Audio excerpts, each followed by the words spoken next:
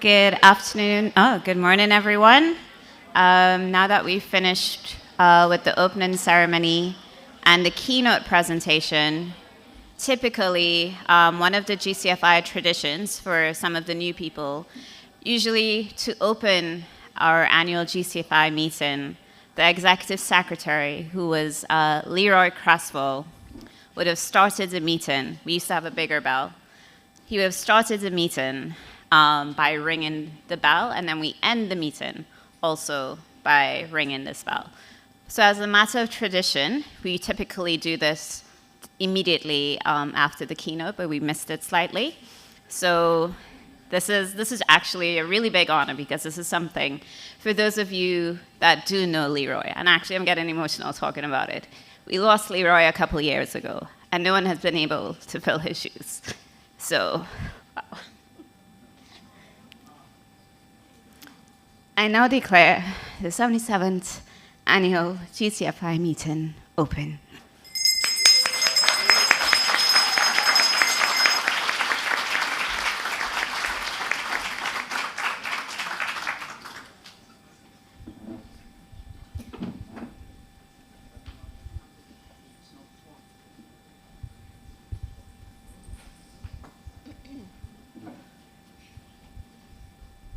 Good morning, everyone. My name is Maria Pena, and it is a pleasure to welcome you to the very first technical session on small-scale fisheries. These very important social ecological systems are so critical, and the TBTI network, research network, acknowledges this in their very name: too big to ignore. FAO later followed with small in scale, but big in value. We've got a number of really interesting presentations this morning. It's a packed session. We've got 7 of them. So without any further ado, I'm going to introduce the first speaker, Dana Greco. If you could come up and start your presentation. Each presenter has 10 minutes, so I will wave, jump, whatever I need to do to time you at this point, and then we'll have a couple of minutes for questions, okay? So I do hope everyone enjoys the session. Dana, over to you when you're ready. Thank you, Maria, and thanks everyone for being here. It's kind of great to go after such a fantastic keynote. So my name is Dana Greco. I'm coming from Duke University's Marine Lab in North Carolina, and I have a whopping big name for my talk, but essentially what I wanted to convey to you is that, oh, that's me. My research is focused on how systems thinking can help us to understand how climate change and conservation, both separately and then together, can help us understand the impacts on data-poor social ecological coral reef systems. A big word for saying coral reef fisheries and kind of all that they touch. All right, so coral reef social ecological systems. I feel like for the people in this room, I don't need to go such into detail with this. So they're incredibly complex, interconnected, interwoven systems with human and natural aspects of the system constantly interacting. They can be extremely data deficient, especially in the Caribbean, which means that the evidence base can be scattered. So you could be getting data from multiple different data sets, some from the literature base, some from the gray literature and reports. There can be disciplinary silos, which means that natural sciences can often not talk to social sciences and vice versa, which makes it really hard for us to understand these systems more broadly. And of course, they're threatened by anthropogenic factors, a big one being climate change, and that's one that I'm really interested in. So evidence synthesis is kind of the base at which I seek to answer these questions. And you might know evidence synthesis as things such as meta-analyses and systematic reviews, in these ways that we're taking a ton of evidence put out in the literature base already, and we're distilling it down. There's many different ways that we can do evidence synthesis. And I'm really focused on evidence synthesis informed by systems thinking. And what this means is that we're taking a really holistic view of everything in the social ecological system. So here is a figure by Mahajan et al., and what it's showing is it's showing consumer demand, market availability, and the links to African elephants. And you can really see in this directed graph all of the different interactions between players in the system. And you could follow those linkages to see how they might impact downstream things later on. And so this can really help us to understand complex systems and specific system components. The evidence base across multiple disciplines, so taking those disciplinary silos and distilling them to something that's ideally more simple and easier to understand. And we can use this to hopefully identify gaps and gluts in the literature where we know or don't know what's happening in the system, which can be really key for decision making. So I'm really big on visual tools and things such as systematic maps, which is here to your left, and directed graphs, the one on your right. They're both very small on purpose. We'll get to them. But they can compile and display all of this scattered information in a way that's really concise and distilled down. And ideally what that can help us do is bring in users from diverse backgrounds, be that academics, managers, fishers, to understand, discuss, and critique these systems. And I won't be talking as much about that part today, but I want you to know that that's kind of the goal of this research and where it's going, hopefully. So first, we wanted to understand climate impacts. And the first chunk of this research is about climate impacts, and the second is about conservation. I'm going to be bringing them together. So I'll go through kind of the background of the climate literature and the conservation literature a bit quickly. I'm happy to talk about it after. So we were looking at tropical coral reefs and reef fish, and we wanted to see kind of the diverse array of climate impacts and how they impact these systems. Again, conceptualizing these systems as social ecological systems. And to conceptualize these systems that way, we looked at outcomes in both the social sphere, so human well-being, attitudes, behavior, knowledge, and the ecological sphere, so things like populations outcomes, species levels outcomes, habitats, community behavior, et cetera. And so, we essentially put together a review of reviews. And what this means is we're taking some of the biggest literature reviews, peer-reviewed literature in the climate space, and distilling down the connections from that. And so this is a simplified version of the directed graph that we created. It's very busy, as you can see, and this is a simplified version of it. It's created with a Kumu software. And what it's doing is it's showing us causal linkages between climate interventions and then their downstream impacts on the social ecological systems that follow. And for example, if we want to focus on if we're interested in resource-based livelihoods, so things like fishing and how fishing might be impacted as a livelihood, we can see that increased sea surface temperature can lead to downstream impacts on aggregate biomass and abundance of species, and that can lead to impacts on resource-based livelihoods. And we can follow that one step further to see how ocean acidification might also impact livelihood outcomes through channels of adaptability. And so this is just one example of kind of how we understand these directed graphs. For another example of evidence synthesis, this time on conservation, we created a map of conservation using coral reefs, seagrasses, and mangrove systems to understand how all of those are leading to a diversity of outcomes. And the way that we defined conservation was extremely broad. So we were looking at conservation interventions from marine protected areas to restoration, capacity development, market-based schemes. And the outcomes that we looked at are the same as conservation as they were in climate change. And so for this, I'm going to show you a visual of a systematic map. It's going to look a bit different, but there's over 100,000 papers. We distilled down to a 10% sample, and we have 171 accepted full-text papers in this map. And so what this map can show us is the areas where there's gluts in the literature, such as how land-water management interventions, such as marine protected areas, can lead to population species outcomes. And it also shows us where there's gaps in the literature, such as ecosystem services outcomes of marine protected areas. And so then we can kind of look at this map to also understand the overall gaps in the literature base and what we may be missing in terms of what we think we know on the research side to understand these systems. And so, sorry, I don't know why things are advancing. So to kind of pull them all together, this giant mess of a directed graph is not meant for you to understand in this small talk or anything like that. But this is what we get when we kind of pool all conservation interventions and climate interventions in the literature and try to understand their outcomes. And so there's different ways that we could try to make sense of what's happening in this directed graph, but I chose network analysis because I think it can be a really helpful tool to understand the basics of what's happening before we get through this mess and try to figure out what it means.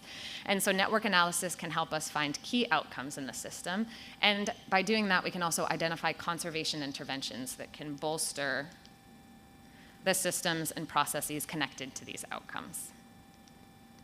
So the first, there we go. Okay, so the first type of network analysis that I'm using is degree centrality. And this is, we're thinking of outcomes or interventions as nodes in the system, and the way that we're analyzing them in degree centrality is the number of connections they have with other nodes. But you don't have to think of all that. You can think of these as the gatekeepers of the network. So the really well-connected pieces of the network.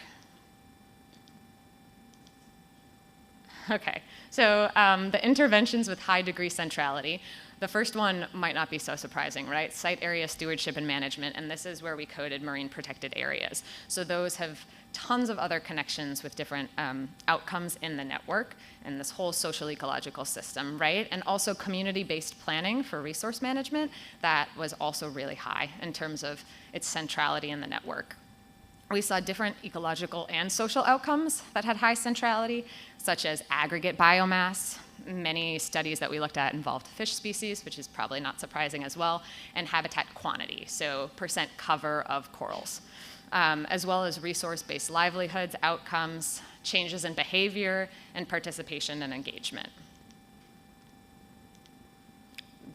Between this centrality is the second analysis that we did, and these you can think of as the bridges and potential bottlenecks in the network. So things that are really important to pay attention to, because if something gets stuck, it'll potentially impact all of the downstream outcomes from these outcomes. And so we can only analyze outcomes here, but some of the ecological outcomes that we found to have high betweenness centrality were species level outcomes such as age and size structure and mortality, as well as that aggregate biomass again, and habitat quality, reef degradation, as well as economic outcomes, resource-based livelihoods, institutions, governance, and those changes in behavior again. And the last piece of analysis that we looked at was eigenvector centrality, and that's those two earlier ones kind of put together, and what you can look at is this yellow node in the middle, and so these are the key network leverage points for this entire system, so things that this system might hinge on and that we really want to pay attention to in terms of management and conservation.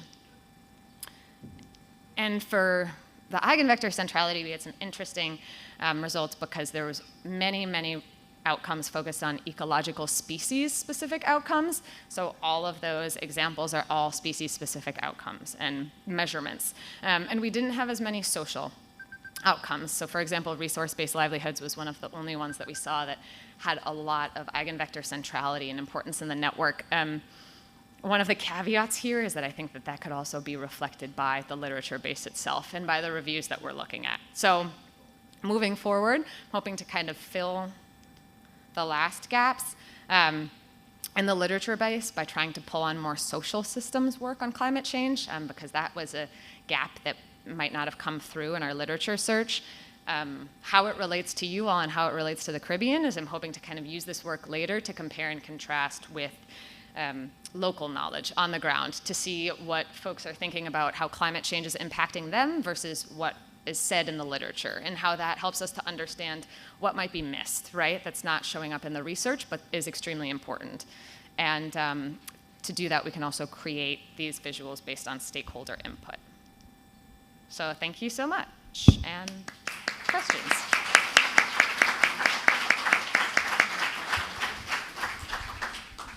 Thanks very much, Dana. Do we have any questions? Maybe we could take one. If there are any questions or comments from the floor. Yeah, there's one. Okay. Yeah. How do we get the microphone? Do I walk with the microphone down, or is there a microphone? Yeah? Okay. I can always repeat it too. Okay.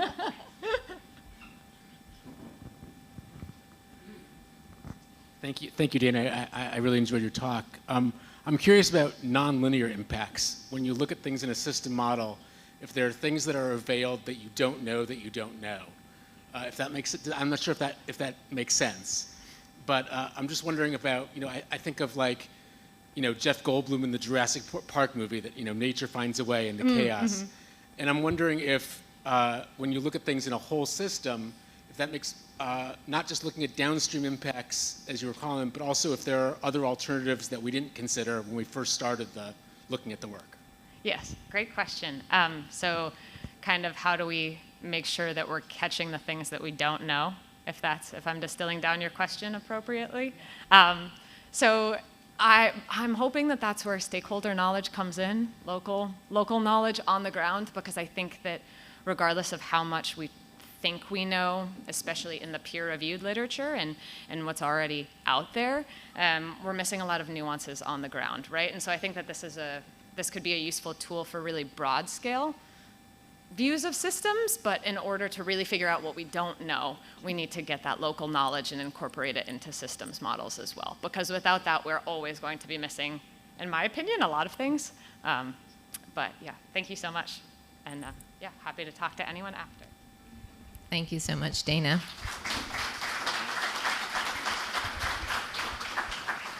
So now you know what Dana looks like. You can always grab her and chat with her when you see her. Okay, so the next up is Isabel James. So Isabel, if you take to the podium, and you can introduce your talk.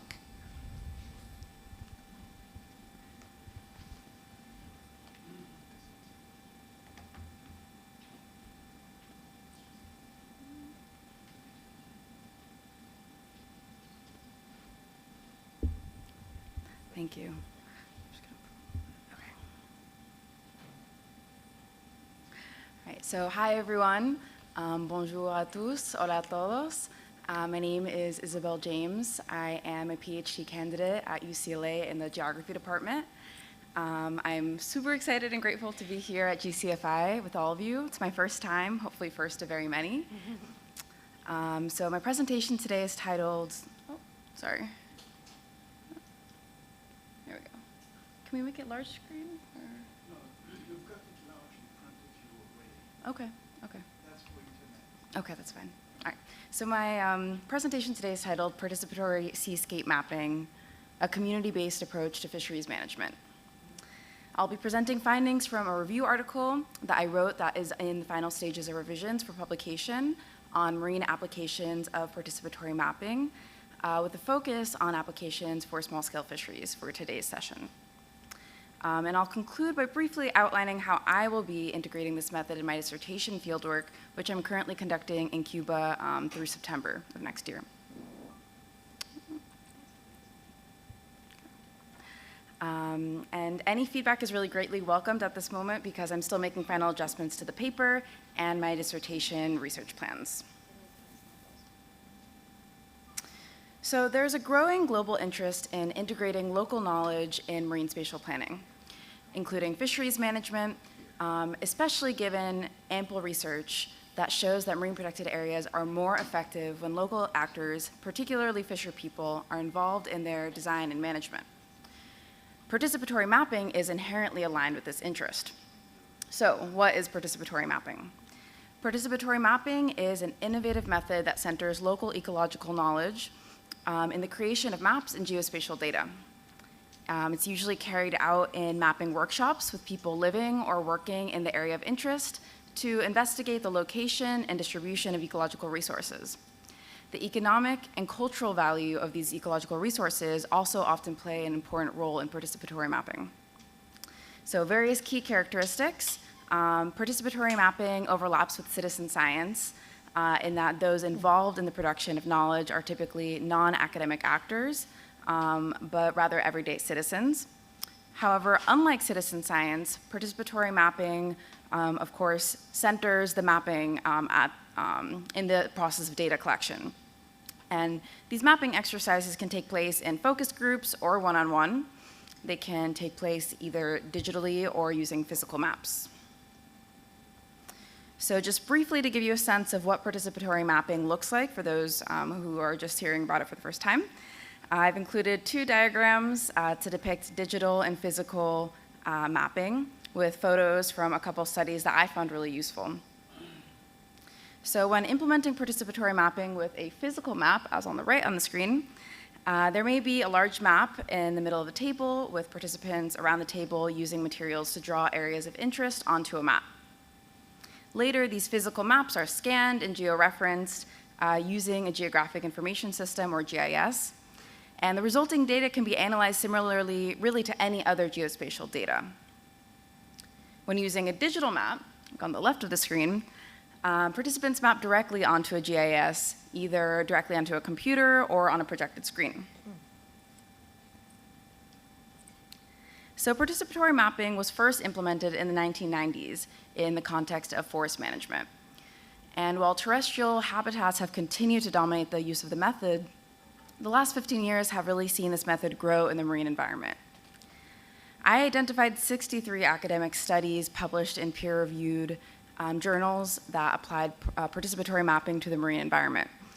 I studied them carefully and determined that there are 3 primary categories of target data used in the marine realm: fisheries, habitat classification, and human ocean use. For time's sake, I'm just going to be focusing on the first. So among the 63 studies identified, 65% of them focus on fisheries. These studies typically targeted data such as fishing locations, catch data, known fish aggregation and spawning sites, and juvenile nurseries, as well as locations of vulnerable species sightings. The participants are fisher people themselves, including anyone from recreational to industrial fisher people. And these studies usually took place in individual one-on-one format. It's widely known that all over the world, fishers are often hesitant to share their fishing locations out of fear or disdain for their competition or for conservation initiatives, which is of course very understandable. So the one-on-one mapping format intends to create a more private setting to encourage the contribution of knowledge for scientific pursuit. 19% of the studies that I reviewed focused on habitat classification, and 16% focused on human ocean use. The review is up on the screen, but I don't have time to go through it. So in my review, I identified conservation applications of participatory mapping. And here I'll just highlight those that apply to fisheries. So participatory mapping can serve to fill data gaps, particularly where things like VMS or reliable fish catch reports are not available or consistently collected. And this especially applies to small-scale fisheries, where it's typically more difficult to monitor fish catch, as well as illegal, unreported, and unregulated fishing. Participatory mapping has been used to monitor fish stocks by, for example, asking fishermen correlative questions such as their perception of abundance of particular species over a period of time. It has also been used to apply to identify critical fishery sites, habitats such as aggregation sites, spawning grounds, and juvenile nurseries. Fishermen often hold this knowledge of these sites that may not be documented or not well documented in academic scholarship. For instance, fishers often have deep knowledge of location and timing of fish aggregation sites that are aligned with seasons and the lunar cycle, because they're often considered an opportunity for very successful catch, whether it's legal or not. And these data have been used to inform decision-making regarding quotas, seasonal closures, and gear regulations for particular fisheries. Data from participatory mapping studies have also been used to inform site selection and design of marine protected areas. Nearly a quarter of the studies I reviewed focused on a specific set of MPAs or proposed MPAs, for example, by asking local fishermen to assign an economic value of importance to areas that have been proposed for MPA status to compare the potential impact of no-take zonage on the local fishing economy. Finally, participatory mapping has been used to help resolve and prevent conflicts in competing ocean use, including conservation, fishing, and other blue economy activities. Between the 63 global studies included in my review, the greatest representation was in North America and in Europe. There was relatively low representation in the Caribbean, accounting for only 6% of studies that I reviewed. although it is worth noting that the majority of participatory mapping is likely not published in these academic journals, but rather implemented by nonprofit or government conservation initiatives. I did very briefly want to highlight three studies that were conducted in the Caribbean that inspired my own work. First, a publication by Kit Baldwin, who I got to meet yesterday at the student networking event, and who is the real expert in participatory mapping. A paper that came out of her dissertation work with Hazel Oxenford on using participatory mapping to assess the major marine habitats of the transboundary Grenada Bank in the top right. Second, a publication by David Gill and collaborators that use participatory mapping to investigate fishing intensity along the coast of Barbados. And third, a publication by Ayana Johnson and collaborators that use participatory mapping to investigate which areas of Barbados coast contributed most critically to the fishing economy, which was used to inform MPA zonage, which is in the bottom right.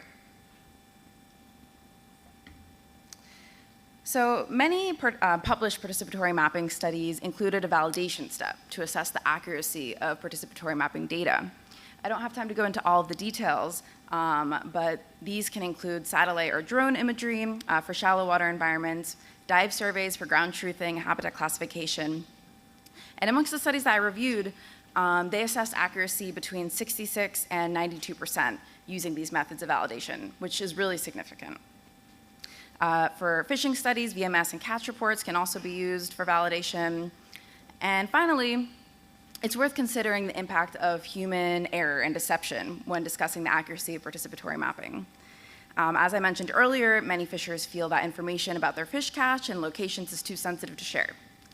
This is just one factor that can lead to an over or underestimation of participatory mapping data.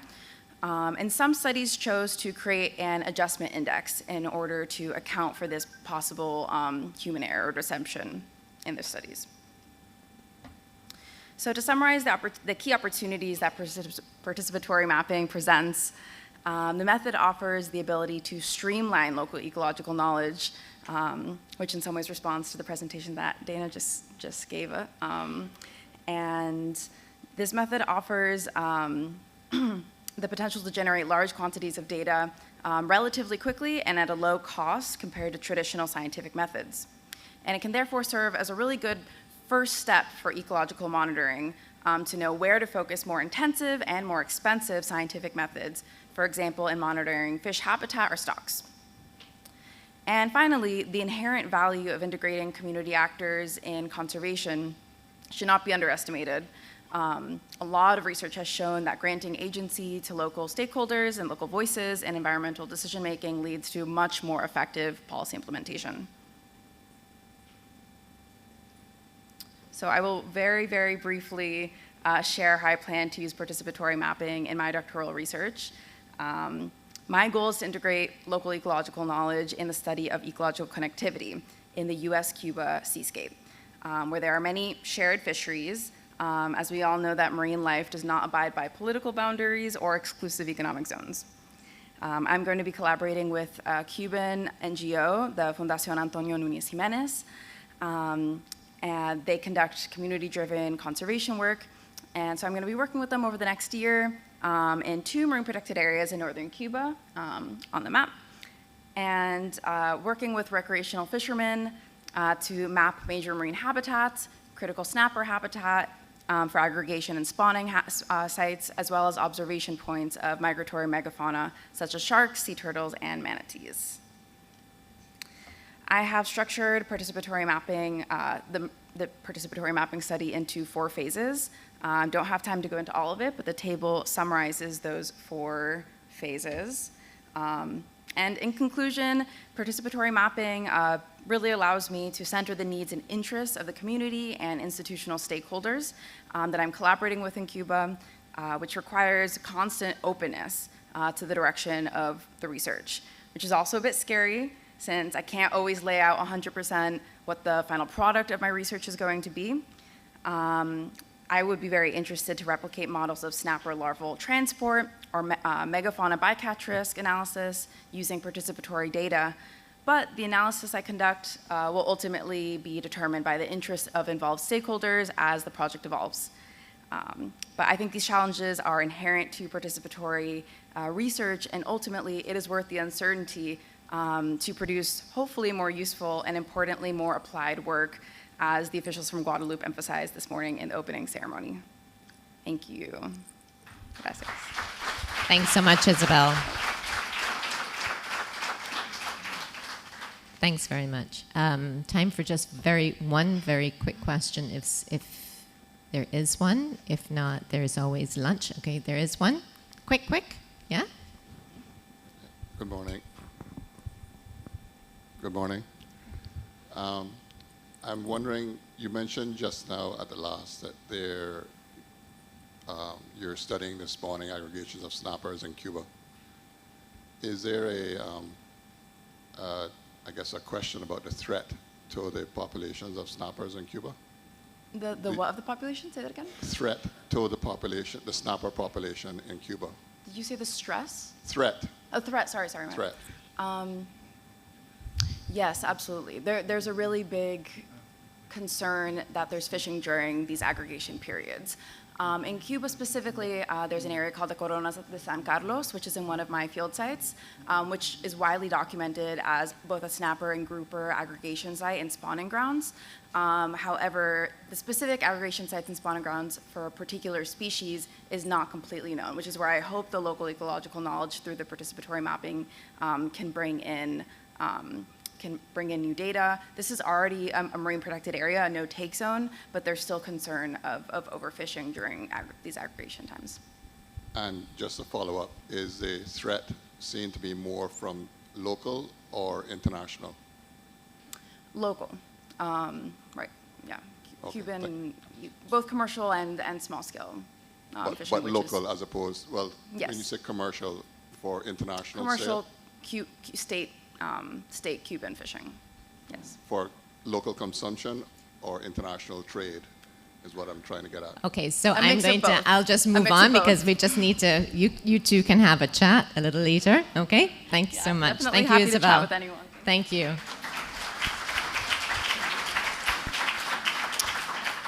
Okay, so for the next presentation, we are heading to neighboring Martinique, and we have Heloise Mathieu. I apologize if I did not pronounce that properly.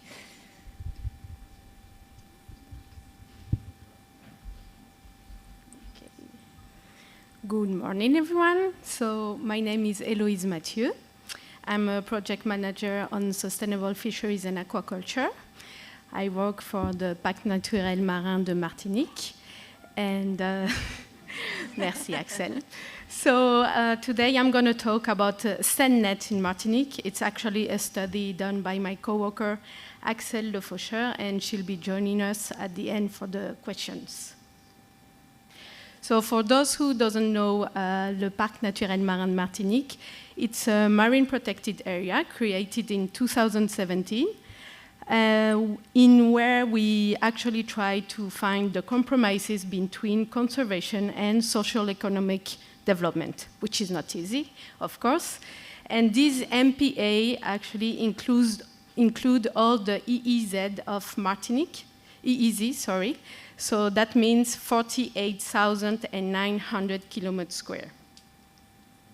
So why did our organization choose to work on the SendNet?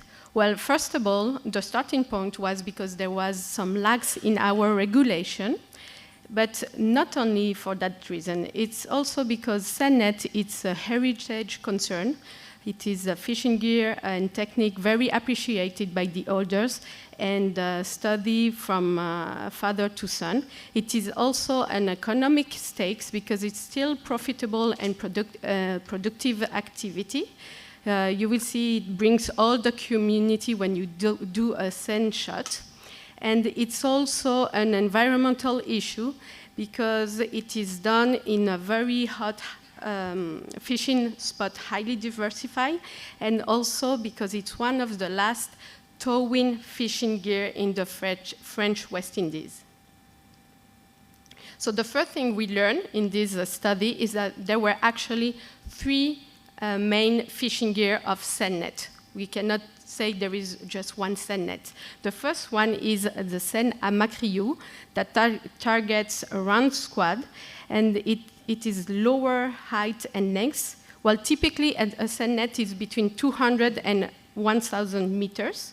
And this one, so it's a little bit lower, and it can evolve deeper. The second one, the B, is sand à Koulirou, which targets look down, and it's the most common. You can see the height, it's a little bit higher, and it can evolve more on the surface. And actually, the last one, it's pretty similar to the B, but with drums. And this system with drums can allow you to adjust the height of the fishing gear. And so the last one is also the one who targets all kind of fishes, all the white fish and what we call the demersal fish, red fish, we call it in Martinique. And additionally to those 3 fishing gears, we learned that there were actually 4 techniques for the sand net. I know you see 3 figures, but there is 4 techniques. It's just the 2 last ones are very similar. So, well, basically the main goal is fishery that is deployed close to the coast. The black line so is representing the fish net, and the goal is to go with the current and against the school of fish, and you will make a semicircle or a circle to surround the school of fish, of course. So for the first one, the beach scene, you can see that you can use only one vessel and bring all the fish on the beach, and so you will tow the fishing gear. The second one, you need 2 vessels. You go a little bit further from the coast, and again, you make a semicircle and go on the coast. And the 2 last one is actually, you need the 2 vessels, and you go a little bit closer, and you will go look for some rocks or reef coral, and you make a circle in the water of Colon. The difference between Haigs and on board is that you deploy the fishing net on seabeds between 0 and 30 meters, whereas a person is deeper for seabeds for more than 30 meters. And now we look at what were the deployment area of these 4 techniques. And what's interesting here is that you can see that the smallest deployment area is for the person, and you actually don't have a lot of impact on seagrass or reef. You stay in the water of Column. And the beaching is also not that large. It doesn't have a large deployment area, and it stays more on the sand and a little bit of seagrass. We actually learn also when and where the fishermen will go, depending, of course, on what species are targeted. So traditionally, the sand net was used for small pelagic fish, like look-down, mackerel, squid, and round squid, but with years, it was also used for targeting demersal fish. And for example, so to target a small pelagic fish, you can do it between 4 a.m. and 9 a.m. on sand and seagrass. For demersal fish, there are a lot of more options, and you can do it also by night, for example, on rocks, close to rocks and reef, or the water of Column. So now we're looking at the environmental impact of these fisheries. So as we can see, it can be practiced in all types of seabed, with the majority on sand and seagrass. But we can think that there is still a mechanical impact of the fishing gear because of the towing action. So what we look at was to try to see all the species captured and see if those species were closely linked to the seabed.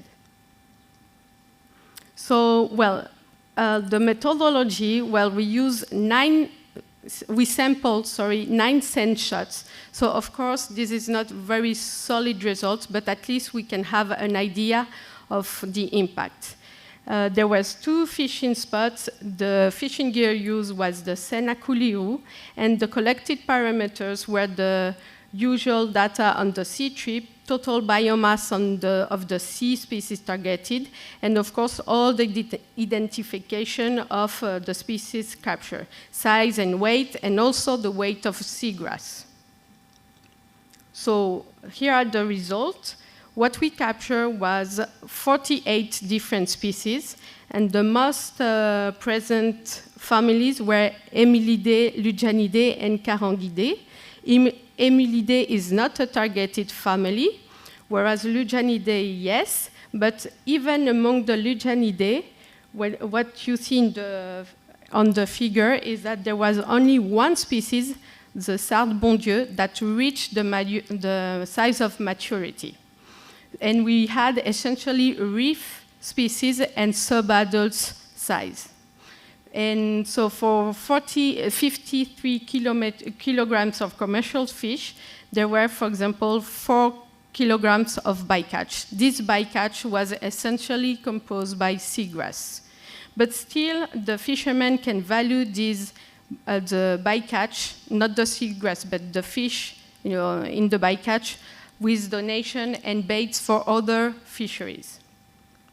So in conclusion, we can say with these results that this technique is not a very selective gear with species and size, but it has a very, very important social aspect. So, because like I said, when you do a scent shot, you will see all the fishermen and also the residents come to see this traditional technique, and also it brings food for some family that cannot afford to pay fish, and also baits for other fisheries. So our recommendation after this study was to increase the mesh size. So I think here there is a mistake. It's not 19 millimeters, but 39 millimeters. And also we can be inspired by the Guadeloupean model. So the fishermen here, they use actually this kind of sand net, but on the bottom there is a mesh size more larger, so the little one, the juvenile, can escape. And on the side, it is mesh size smaller, which is the opposite in Martinique. And also, we learn that person and beaching are the two fishing gear that has less impact. So we can encourage fishermen maybe to use more those techniques. So thank you very much. Muchas gracias. And Axel can join us if there is work. And of course, applaud Axel Lefaucheur because she's the one who made this, carried this study. Thank you, Eloise. Do we have a prize for people who have 14 seconds left? They did this. It's just amazing. Thank you very much. And I like the fact that now you have your colleague come to answer the questions. That's equality. I like that. So we do have some time for questions. Maybe we can take 2. And I've been told that if you are asking a question, if you could just stand so that you can, people online can see you. So do we have any questions for Eloise and her colleague? Yeah, Kim? Do you have the microphone? Yeah, hi. Oh, I guess I need to stand up. Kim Baldwin. I just have a quick question. In terms of the importance of this fishery, do you have any idea of what percentage of seine is compared to the other types of fisheries? Is this 2% of the fishing that's happening or 50%?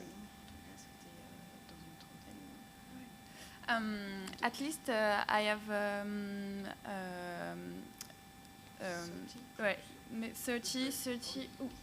30 fishermen who participate to the study, but actually in Martinique it's the second largest in terms of quantity of fish preleved.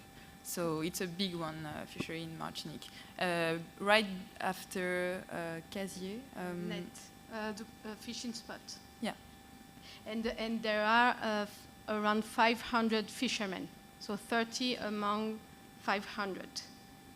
Yes. Okay. So it's important. Yeah. Yes. There's one more. Thank you. Thank you for your presentation. I was wondering how, or if you already did it, how the fishermen respond to the increasing the size of the nets, the gauges, the mesh. Thank you. Actually, they are not really agree with that because because for the net, the back part of the net is not a fishing part. It's actually to collect the fish after. So they write. So they are not really agree. And one fisherman tried the technique and changed the size of the mic. And it don't work because they targeted little fish, and if you put a big size at the back of the fish gear, the fish just gets stuck, and you can't sell it after because it's like destroyed. Yeah. So there is a reason why the net is smaller. Yeah, and that's why the regulation for now didn't change, but we hope with years.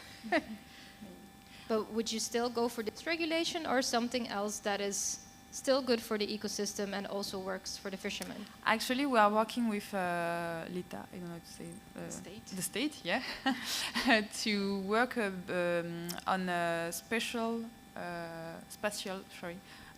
regulation more, maybe to target not the reef and not the habitat where there are more impact on the habitat. Okay. Thank you. Okay, so if there are no further questions, thank you again. Thank you both. Thank you.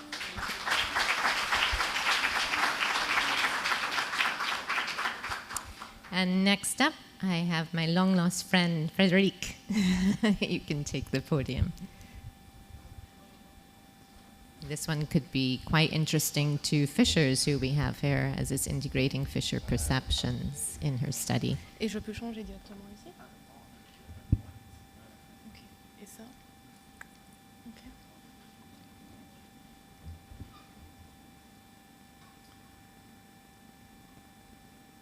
Good morning, everyone. Bel bonjour tout le monde.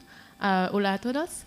I'm very happy to be here today to present part of my research. I'm here on behalf of my organization, Roots of the Sea, but I will remove that hat to present my doctoral research with you right now. So, okay. I will talk about integrating fishers' perception on mangroves, social ecological vulnerability. And I will do that with field site in Martinique and in Jamaica. So it's quite easy because here I'm in the Caribbean, so I don't have to explain what Martinique is, I guess. Usually I say, well, it's not Jamaica, but it's around there. And here I put some mangroves characteristics for the Caribbean. I actually put them in reference to the sites that I looked at, so I'm not saying that all the Caribbean mangroves are like this, but in comparison with the sites I studied in Thailand, this gives a good idea. So they were more lagunal and open coast in the last typology from Worthington in 2020, with 4 to 5 species, and with high association with coral reefs and seagrass beds. What I'm looking at, who I'm looking at, small-scale fishers around mangrove system in Jamaica and Martinique. So on the left, you can see net fishing happening, and on the right in Martinique, they are actually cleaning fish.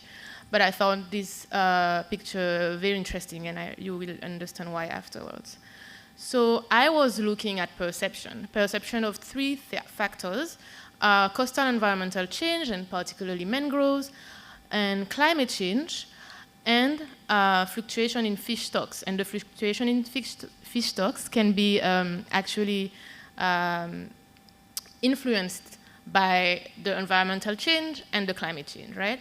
So how I did that, now I did about 59 semi-structured interviews, short structured interviews, active observation, and institutional meetings in the 2 islands. And so the main findings in terms of perception. In Martinique, when people look at the mangroves, they found that the main threat was pollution and then hurricanes, right? In Jamaica, the main threat was hurricane, but they also found the mangrove polluted. I will come back to that. In Martinique and Jamaica, they were both, fishing were really high, so people were relying on mangroves for fisheries.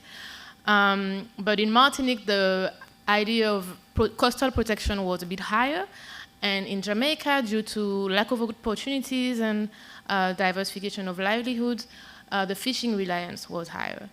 Now, when we look at climate change, in Martinique, the most perceived indicator was current and seasonality. In Jamaica, it was warming. And when we look at fisheries, the main threat in Martinique was climate change again, but sargassum and currents. And that is really interesting because actually, when we talk about climate change in Martinique, people were referring to currents a lot, which we know influence sargassum influx. And in Jamaica, people were more concerned about fishing practices, and well, they just give the idea of seine fishing, and actually seine fishing was one of the reported detrimental gears by fishers, right? And the other one was hookah fishing, which is free diving with compressors. And then it was climate change. So now, how people perceive these impacts on the mangrove ecosystems. When we talk about coastal development, so for tourism, infrastructure, fishers had an idea that it was impacting the whole environment. So it was impacting the above ground biomass and the water column. Now, when we think about pollution, they were really imagining that the pollution was restricted to the water column. When we think of hurricanes, they were mostly imagining the hurricane impact on the trees. And eventually for sargassum, it's the high part of the water column. And that brought people to actually think that while they think the mangroves is polluted, they characterized it as healthy when there was regeneration after hurricanes. But in fact, this is a site I saw in Jamaica around Rocky Point in the PBPA, so the Portland Bight Protected Area on the southern coast. And this didn't regenerate because before it was impacted by a road construction, and then Hurricane Ivan hit in 2004, and then Hurricane Dean hit in 2007. Now, with this hydrological disturbance, the mangroves had no capacity to regenerate. And so that is something we have to think about when we talk about mangroves are resilient all the time. And this is true, but to a certain extent, right? Now, why mangroves were important to my research, because I'm looking at fishers around mangroves. When I say that, you can imagine that I'm looking at only fishers that are either picking shells or throwing their nets in the mangroves, but no, I was basically interviewing people who were around it and mooring there. And so when I asked them, is your fisheries depending on mangroves, mostly said no. So in Jamaica, 36% of the people declared that they have been fishing in the mangrove, or that the mangrove is contributing to their fisheries in the past only. And then 11% said that they are doing that up to now. In Martinique, 47% said that they were doing it in the past, and 41% up to now.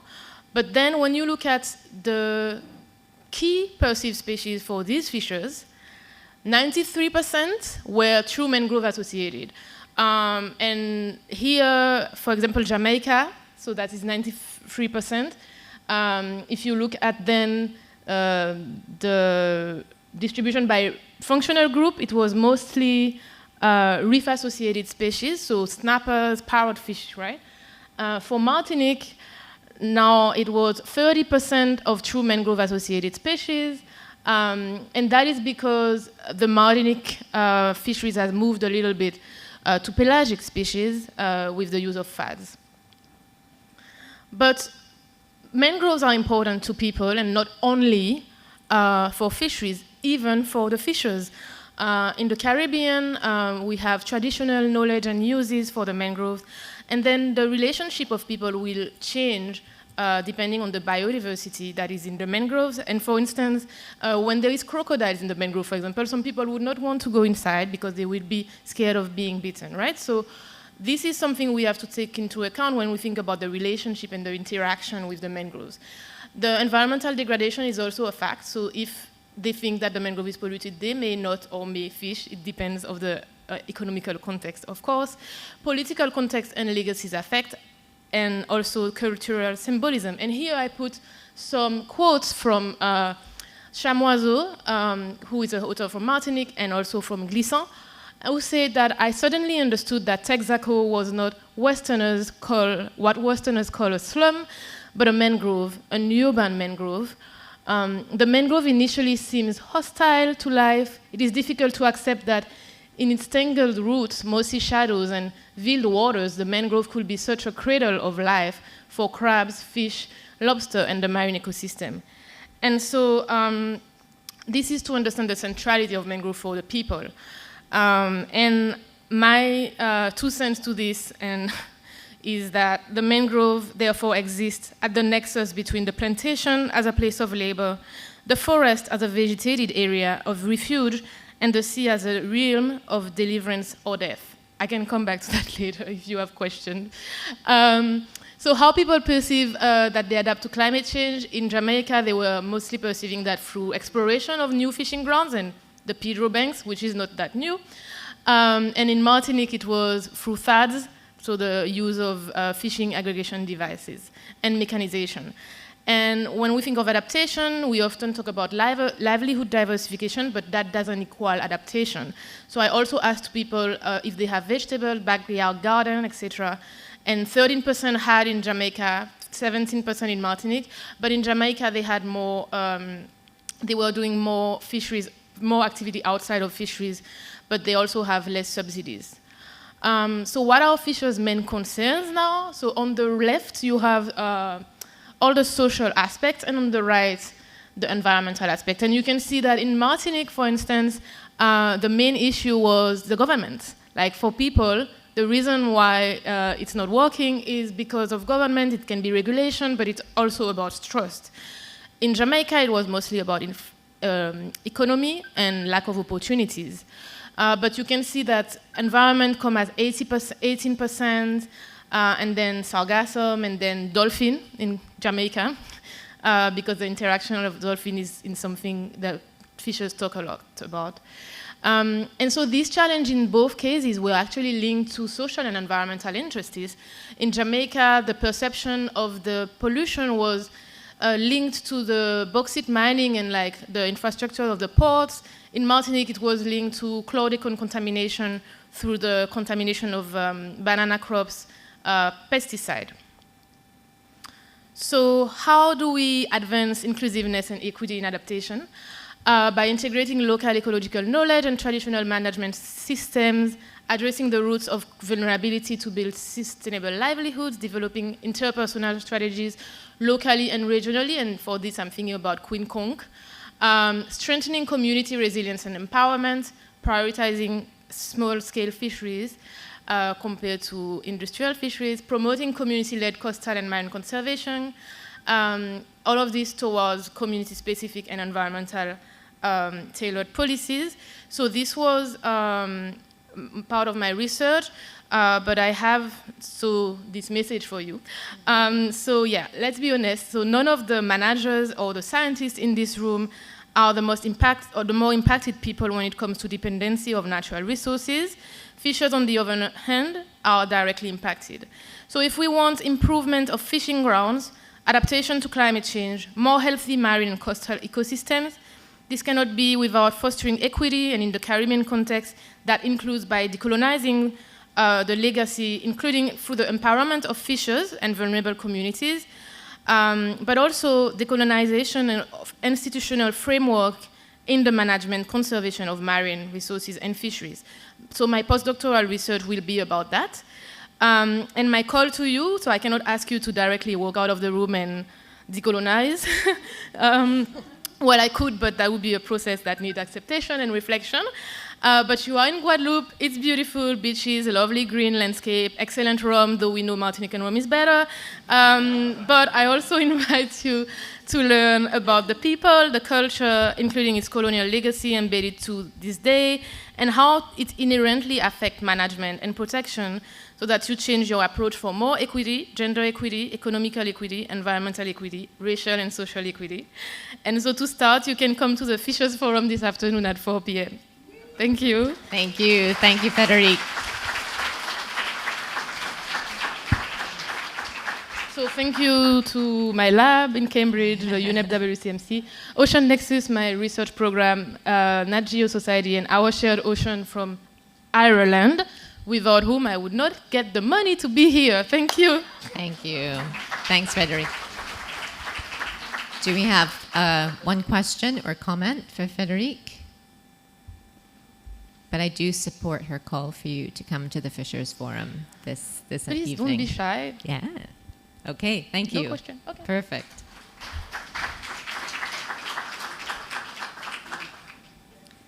And next up, again, is someone that I know very well, Marta Coloso. You can take the podium.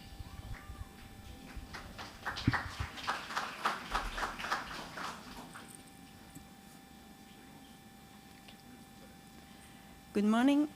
My name is Marta Calosso, and I am a co-founder and director of Fisher Folk First, which is a small non-profit organization based in the Turks and Caicos Islands. And today I will be presenting some of our recent work, which was funded by the UK government Darwin Plus program, and was conducted in collaboration with the Turks and Caicos government and the local fishing community. Small-scale fisheries were once the bedrock of the economy in the Turks and Caicos Islands. And in the 1970s, most of the population was dependent on this industry. And while fisheries still persist, the country has now developed into a luxury tourist destination and center for offshore finance. And during this transformation, fisheries have been left behind. Fishers and fish workers have become marginalized, and injustice is widespread in the fishing industry. This figure summarizes the major blue justice issues in the Turks and Caicos, which are categorized as marginalization, labor and safety, livelihood security, limited access to markets, weak voice in governance, and restricted access to space. A key message from this figure is that the immigrant fishers and fish workers face the greatest levels of injustice. They are very marginalized and often face discrimination. They have numerous labor and safety issues. They are unable to exercise their rights. They have limited livelihood securities, almost no access to markets, and very little voice in their industry, with immigrant women actually having no voice at all. Another blue justice issue concerns the regulations governing fisheries in the Turks and Caicos, which have evolved into a complicated set of legal documents. And this reflects decades of amendments implementing size limits, closed seasons, quotas, bans, gear restrictions, and licensing requirements. And during this time, the only reference for fishers was the legislation itself, which is currently over 120 pages. It covers over 20 different species and includes almost 30 separate marine protected areas.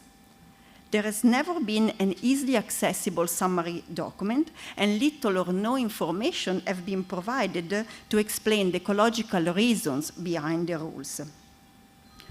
These issues are exacerbated for the large component of non-English speaking fishers from Haiti and the Dominican Republic, and for those who struggle with literacy. As a consequence, fishers do not fully understand the regulations. They are less inclined to support restrictions to their fishing, compliance is compromised, and fishers have become further marginalized from decision-making. This shortcoming directly conflicts with two of the guiding principles of the FAO small-scale fisheries guidelines: rule of law and transparency. And these principles require laws to be widely publicized in applicable languages and in formats accessible to all. Resolving this problem also has implications for equity and equality, consultation and participation, accountability, and social responsibility. So what did we do to address this problem? We started working with the fishing community and the Department of Fisheries to identify the most appropriate way to convey information about the fishing regulations. And the goal was to reach all fisherfolk, including non-English speakers, and to cover a wide range of educational backgrounds and levels of literacy. We employed a co-design approach that engaged fishers, fish workers, seafood processors, and fishery officers in almost all steps of the project, from planning to implementation. In fact, the original idea for the project arose from a conversation with a former commercial fisher who now works for the Department of Fisheries. And he stressed the importance of explaining the ecological reasons behind the fishing regulations and not just telling fishers what they are not allowed to do. Together, we developed a combination of tailor-made materials for fisherfolk. This includes hundreds of free-fall brochures that we distributed throughout the islands, portable pull-up banners that we put on display at every fisheries office and are also available to transport to consultation meetings, school visits, and other activities carried out by the Department of Fisheries. Weatherproof posters that we placed at strategic landing sites and other places frequented by the fishing community. All materials were created in English, Spanish, and Haitian Creole, which are the major languages spoken by fishers in Turks and Caicos.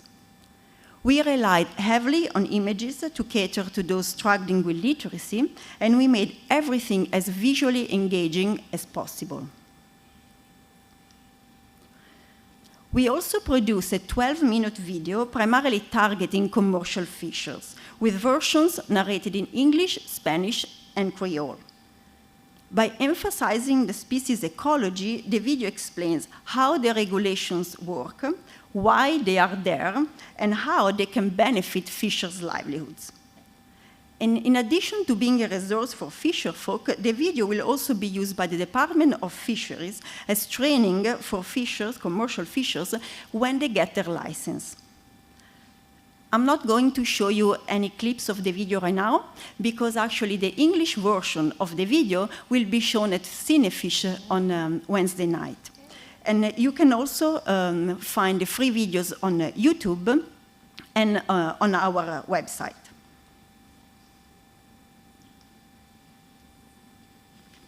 The video was made with fishers for fishers and would have not been possible without their invaluable assistance.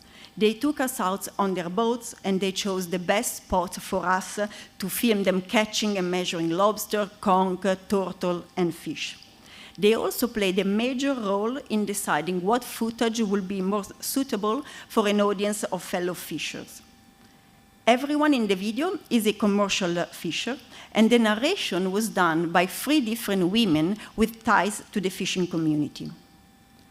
Translation of the script into Spanish and Creole was also done with the assistance of fisherfolk, and this really helped to make the message more accessible to the Dominican and Haitian communities. The video and all of the printed materials have a QR code linking to a cell phone website that we created as part of the project. The website shows the fishing regulations in more detail and can be updated to reflect any changes to the regulations. Everything is in 3 languages and is also designed to be navigable and intuitive for those who struggle with literacy.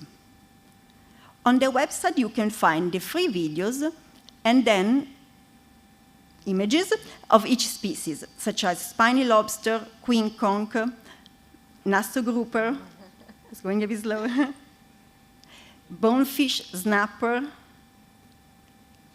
turtle, parrotfish, and more. And then if you click on any of these images, for example, the spiny lobster, yes, you will get more information. For example, the size limits, gears that are banned, closed seasons, and other restrictions. Overall, the project was extremely well received by fishers, fish workers, and the broader community throughout the Turks and Caicos Islands. And the fact that we applied the co-design approach and we involved fisherfolk in all stages of the project was definitely key to this success. Co-design brought many value-added benefits to our project. It improved the outcomes by tapping into local knowledge and expertise. It empowered fisherfolk by recognizing the value of their perspectives and concerns. It built collaborations and local partnerships. It helped to bridge the gap between fisherfolk and the government. And finally, it enhanced the project's legacy and impact. For example, our video is played on a loop at the National Environmental Center. Our outreach materials are being used in workshops and training for fisherfolk. And teachers want our posters in their schools. Although this project is all about fishing regulations, getting fishers to comply with the rules was not the main goal. The real purpose of the project was to empower fisherfolk of all genders and nationalities to develop ocean literacy and foster stewardship of their marine resources, which are all important steps to securing blue justice and sustainable livelihoods for fishing communities.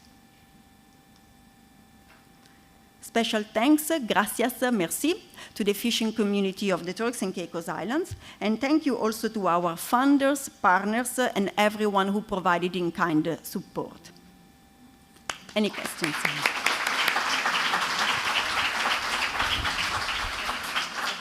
Thank you so much, Marta. Fadila, did you want to say something before we ask questions? We have a question virtually from Alfonso, who's joining us from Mexico. And he says, Marta, how difficult was it to approach fishers? And did you use any kind of incentive to count on them?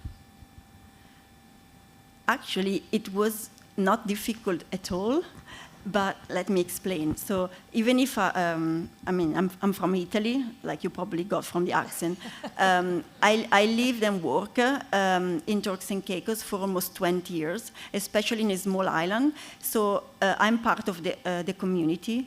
And as I explained, like the idea for this project actually came from talking to fishermen.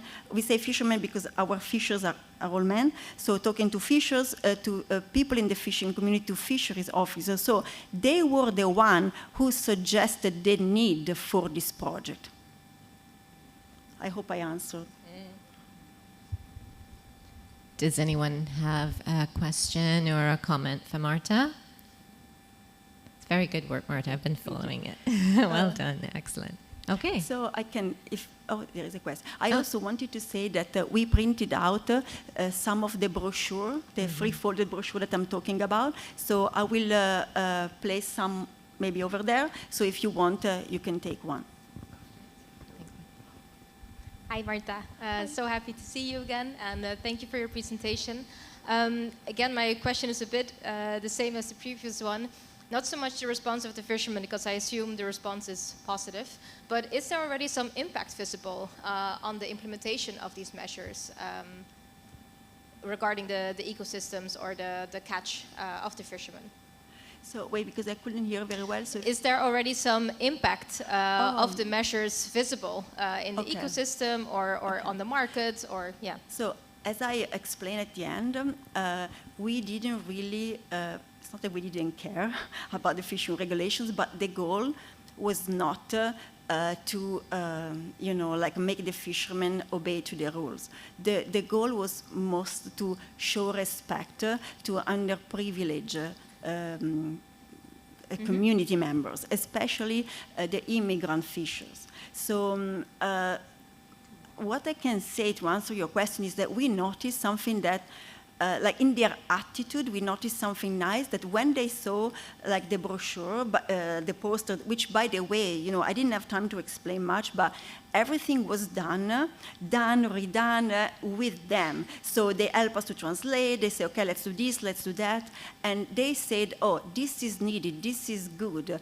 And we realize actually that not only them, sometimes they don't know the rules, but scientists, people in the government, general public, we don't know the rules. Not because, it's really hard to say, oh, it's your fault, it's the government, it's this, it's that. It's a combination of like weirdness and disorganization. And so, let's see, but for sure this project will continue because the fishermen want to do more, the government, the fisheries officer, even the tourist industry. So we didn't expect actually such a positive outcome. So. Thank you. Thank you.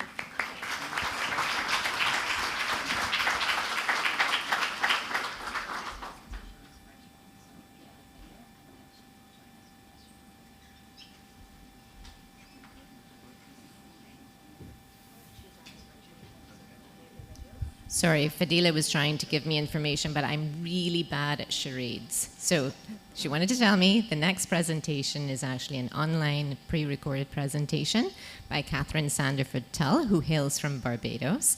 So we will run that.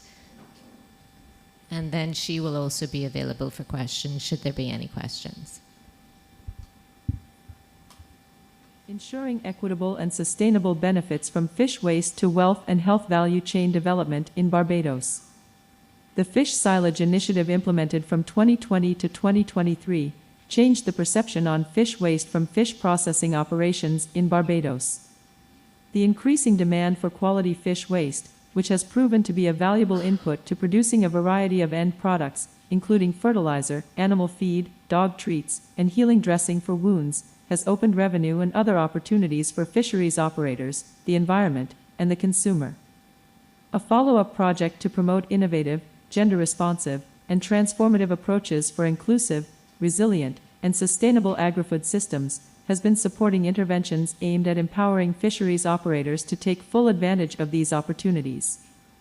The Food and Agriculture Organization of the United Nations, FAO, in collaboration with the Barbados Fisheries Division and two service providers, Weston Fisherfolk and Community Inc., a Barbadian fisherfolk organization, and Safe Food Essentials, a Barbadian food safety consulting firm, launched the FAO Capacity Building for Improved Management and Optimized Utilization of Fish Waste Training Project on June 12, 2024.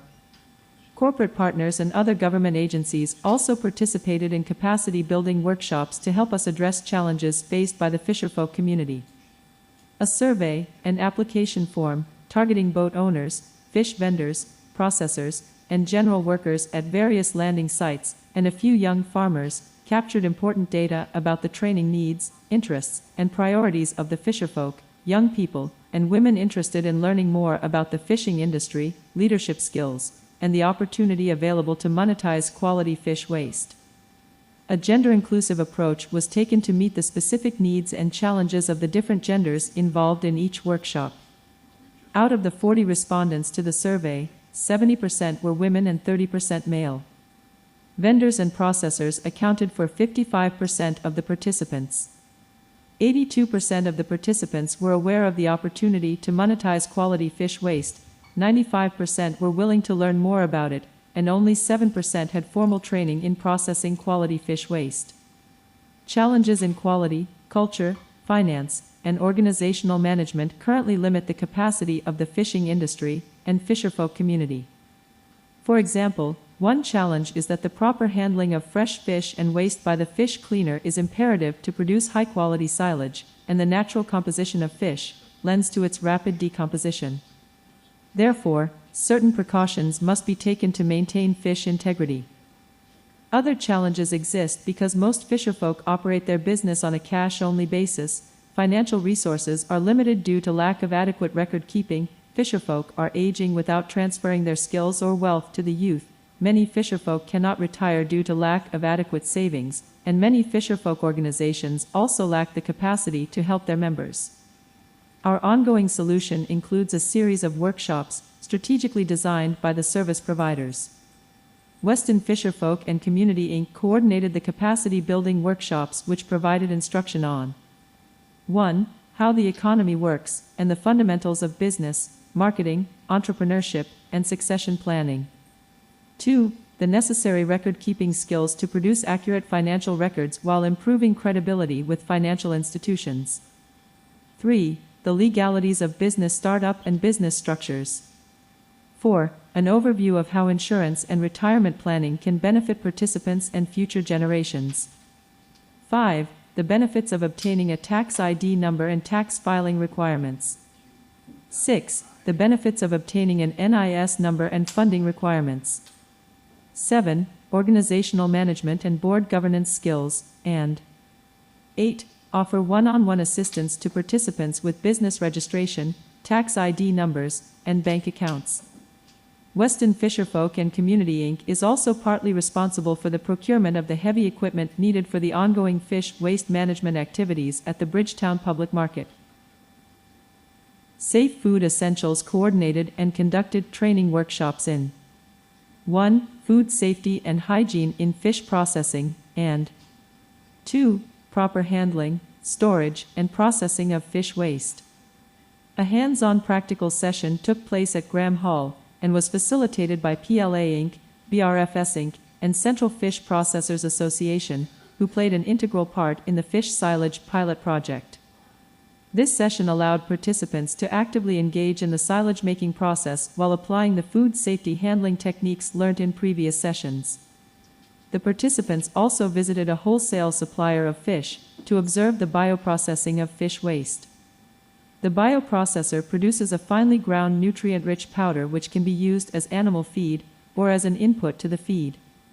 The activities of Safe Food Essentials also include advising on equipment needed to facilitate compliance with good hygiene practices and good manufacturing practices in the management of fish loss and waste, conducting an audit of the Bridgetown Public Market to assess its readiness for HACCP certification, establishing traceability protocols, upgrading the existing standard operating procedures, and developing new standard operating procedures for managing fish loss and waste. A follow-up survey was taken after the fish waste training workshop. It was designed to capture the current needs and expectations of the participants after the extensive damage to the fishing boats and infrastructure at the Bridgetown Public Market by Hurricane Beryl on July 1, 2024, and any changes in their perception of the fish waste opportunity. Vendors and processors accounted for 67% of the respondents, and 67% still see an opportunity to start a fish waste business.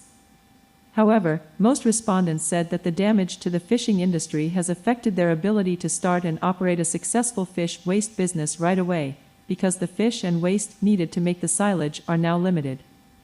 The vast majority, 93.3%, responded that they would prefer to start their fish waste business with others, and not on their own. This is an opportunity for the fisherfolk organizations to bring leadership and structure to the markets they represent.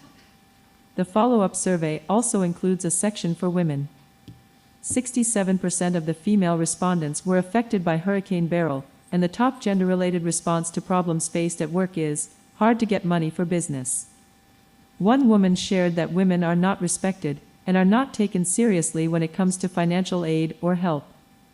Other women affected by Hurricane Beryl responded that they have less income or no income at all, and they also have no fish, because they were not able to store fish like they normally do for the hurricane season. The survey also revealed that training is important to women, and the top two training needs are still business training and money management. The Food and Agriculture Organization of the United Nations, FAO, the Barbados Fisheries Division, Weston Fisherfolk and Community Inc., and Safe Food Essentials are committed to successfully completing this project by January of 2025.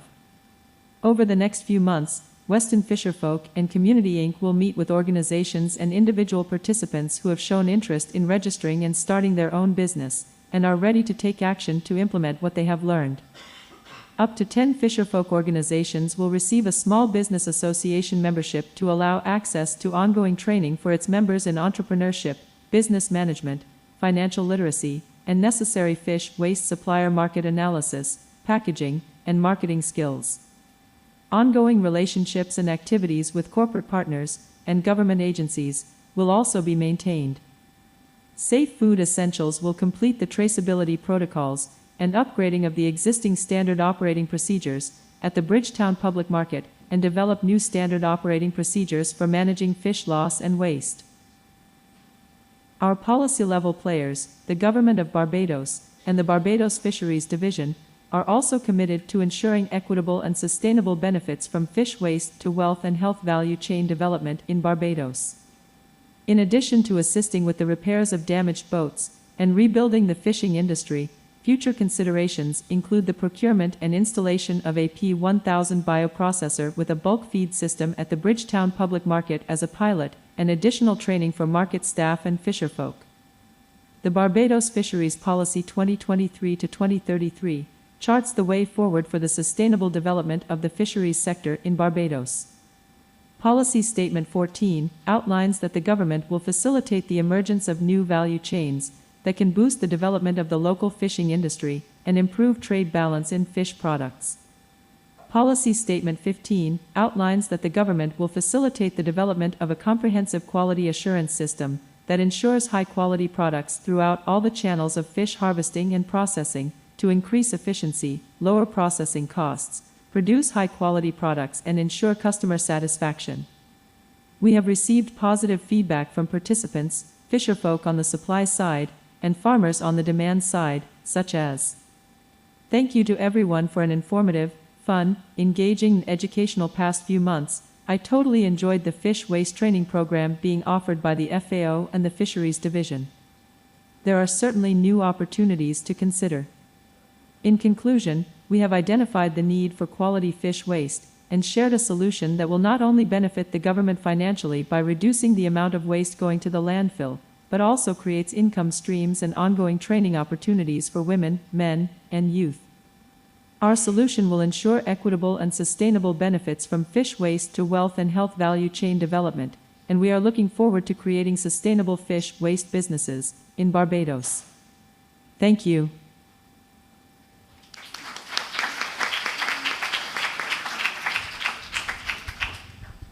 Thanks very much. Do we have Catherine online? Hi, everyone. Hi, Catherine. Good to have you with us. Good. Are there any questions that we have for Catherine, or any comments anyone would like to make? No? Quiet for now. All right. Well, Catherine, you don't have any questions, but thank you so much for your presentation. Enjoy the rest of the conference. Thanks so much, Catherine. Take care. Okay,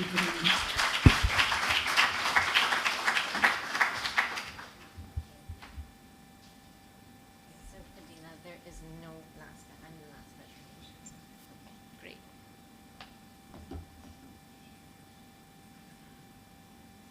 great. So, surprise, I'm the last presentation. It's always a very risky spot to be in because I'm between you and lunch.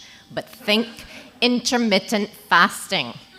All right, we'll be out of here in no time, don't worry. So I'm just going to time myself because I have no chair privileges.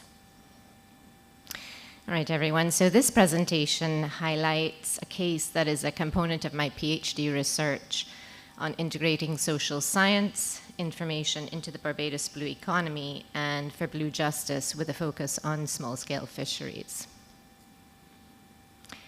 They say it's all in the name of progress, but really the benefit for small-scale fish folk getting less and less can't compete with the big boys because we're just small fry.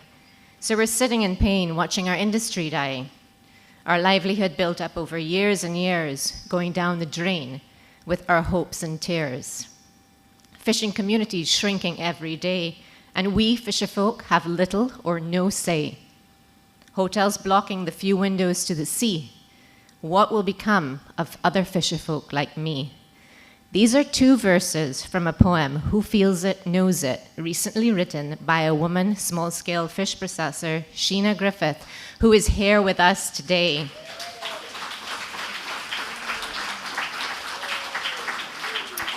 And it's an indication of some of the injustices fisherfolk in Barbados are experiencing with respect to increasing marginalization.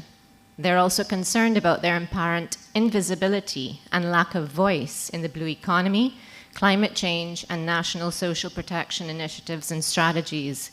They need blue justice. Blue justice and the blue economy are inextricably linked. The blue economy is a model of sustainable ocean development that promotes the development of ocean spaces in ways that address ecological crises and benefit the common good. The essence of the blue economy is overwhelmingly positive, as noted for the Caribbean. It has been widely endorsed and advanced across sectors and numerous global actors, as well as various commercial ocean actors. It has been included in numerous regional and national policies. Similar to the framings of sustainable development, the concept enables a wide diversity of interpretations and is at risk of being misused to implement and justify exploitative and unstable practices. Some scholars assert that as the blue economy has evolved over, say, the last 10 years, there has been a withdrawal from the substantive commitments to equitable benefit sharing and social equity, moving towards a growing fixation with economic growth. The interests of small island developing states, their people, and ecosystems may no longer be served by the contemporary blue economy. Small-scale fisherfolk face numerous injustices in the face of marine resource development and unsustainable use. Promoting blue justice as the moral compass to the blue economy and attention to these injustices, especially those faced by small-scale fisheries, really requires urgent attention and must be effective. This is even more critical given the increasing rates of change in both social and ecological systems as a result of climate change and other factors impacting small island developing states.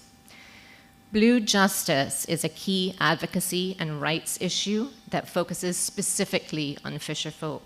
It addresses environmental and social injustices that continue to be perpetrated due to marine resource development and unsustainable use, from policy to practice. In simple terms, it means be fair to fisherfolk.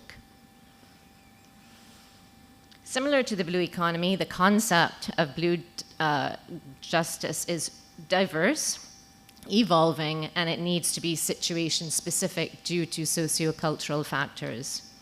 There is little scholarship that is available to provide guidance on small-scale fisheries leadership in the blue economy and for blue justice in small island developing states. But blue justice is being conceptualized globally in scholarship to understand and address how coastal communities and small-scale fisheries can be unjustly affected by blue economy initiatives. This research will be useful to the empowerment and the mobilization of fisherfolk and their advocates for remediation of injustices. And I'm happy to say that the work that we are doing at CERMES and also through my PhD research will contribute to this knowledge with an emphasis on the Caribbean. This research on blue justice is one of 3 or maybe 4 cases for my PhD research. Through this research, I'm really hoping to determine how justice terms are understood and will be used by local fisherfolk to frame associated injustices. So for this method, I'm using a combination of systematic review with content analysis to qualitatively and quantitatively analyze the content of peer-reviewed academic literature on blue justice in small-scale fisheries. The systematic literature review process comprises the identification of inclusion and exclusion criteria for the review, development of a search string, searches of peer-reviewed databases, the selection of studies based on the criteria, and coding and analysis of the selected studies. 3 of the 5 steps are already completed, but study selection continues with coding and analysis coming soon, hopefully by the end of the year. The review protocols of a number of studies and typical guidelines for systematic reviews are being applied here. So after developing the inclusion and exclusion criteria, 2 publication databases, Web of Science, Core Collection, and Google Scholar, have been searched with the search string blue and justice to expand the search parameters. The screening is being done using Covidence, which is a screening and data extraction tool for conducting systematic reviews. It allows screening to be more efficient and easily tracked. It's really quite a really smart tool. After compiling the search results from the peer-reviewed literature in Excel spreadsheets, the studies were then screened in 2 stages. So I've done title and abstract screening and then full text screening against the inclusion and exclusion criteria. The full text articles are only being screened if the titles and abstracts fulfill the inclusion criteria. So, as I said, the review process is not yet complete, but based on a 10% sample of the 87 papers that have been selected for full text review, there are some preliminary trends that are useful for reporting at this stage. So a story is developing. What is evident is that the concept of blue justice is complex in its framing. It has key multidimensional elements of recognitional, procedural, and distributive justice. These elements help us to establish what justice requires, determining who gets what. That's the distributive element. Determining how fairly people are treated, the procedural element, and the need for fair decision-making processes that focuses mainly on the inclusion and fair representation, and this is the recognitional element of justice. Blue justice is a concept that is situated in social justice for small-scale fisheries that stands against the exclusion and the marginalization of fisherfolk. Social justice underpins it to make sure that people are at the center of blue economy concerns. This is important for fostering not just a blue economy with social justice, but as Germain Duret indicate, but a blue economy for social justice. It also intersects with many related types of justice known as satellite justice concepts. The Too Big to Ignore network, for example, that is really promoting blue justice, indicates 9 of these which help to enrich blue justice. Blue justice's framing is based on human rights-based principles which are fundamental to achieving blue justice and is not optional. But dealing with injustices is not easy. We all know that. Addressing and advocating for blue justice requires multi-stakeholder collective action. Fisherfolk, civil society organizations, governments, environmental organizations, and academia all have a role to play in promoting blue justice for small-scale fisheries. Similar to the blue economy, blue justice has multiple definitions given its cultural specificity and complexity. But as yet, there is no Caribbean-specific definition, and I think that this is needed. Fisherfolk in Barbados understand the blue justice concept given their constant competition with other economic sectors such as tourism, energy, transportation, recreation, and conservation. for coastal and marine goods and services in sustainable development. Fisherfolk are impacted by numerous types of, fisherfolk are impacted by numerous types of acts of unfairness or violation of rights. The injustices are linked to social, climate, and blue justice, which are all rights-based ethics and key advocacy issues globally. And many fisherfolk have come to accept and live with the injustices, unfortunately, creatively finding ways to work around and adapt to them rather than resolve them. Advocacy is needed to navigate and deal with such injustices, but few fisherfolk can afford to challenge state workers, institutions, and processes. So a new approach to fisherfolk advocacy and empowerment in Barbados is the use of popular theatre to communicate problems and possible solutions or trade-offs to be considered in decisions. I'm not going into detail of this here because some things need to be a mystery. And if you come to the Fishers Forum, as Frederic has invited you to, and I have, you'll learn more about popular theatre. So what are the next steps? Complete the darn thing. So I need to complete and finish this. I need to do the full text screening for peer review literature. I've been also exploring some AI tools like Unriddle that can really assist in the review process. The contents analysis needs to be completed by the end of the year, and then in early 2025, hopefully after IRB approval, I will move on to holding some focus group discussions with fisherfolk to determine the relevance of blue justice framing in scholarship and hopefully develop a Barbados-specific definition of blue justice. Thanks very much, everyone.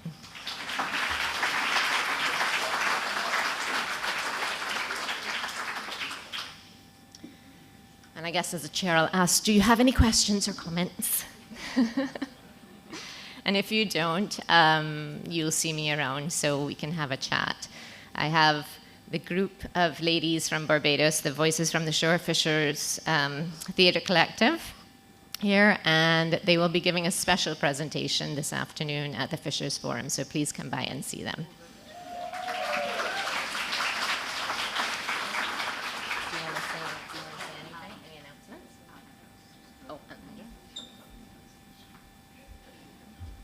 Okay, I imagine everybody's hungry.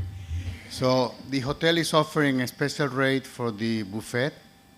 So it will be 35 euros if you want to go and take advantage for that. There is plenty of restaurants outside and places to go. Sometimes they're closed, sometimes they're open, I don't know. But, but just in case, take the opportunity with the hotel if that's what you need to go, okay? And we see you all around 2 o'clock. Thank you for being here.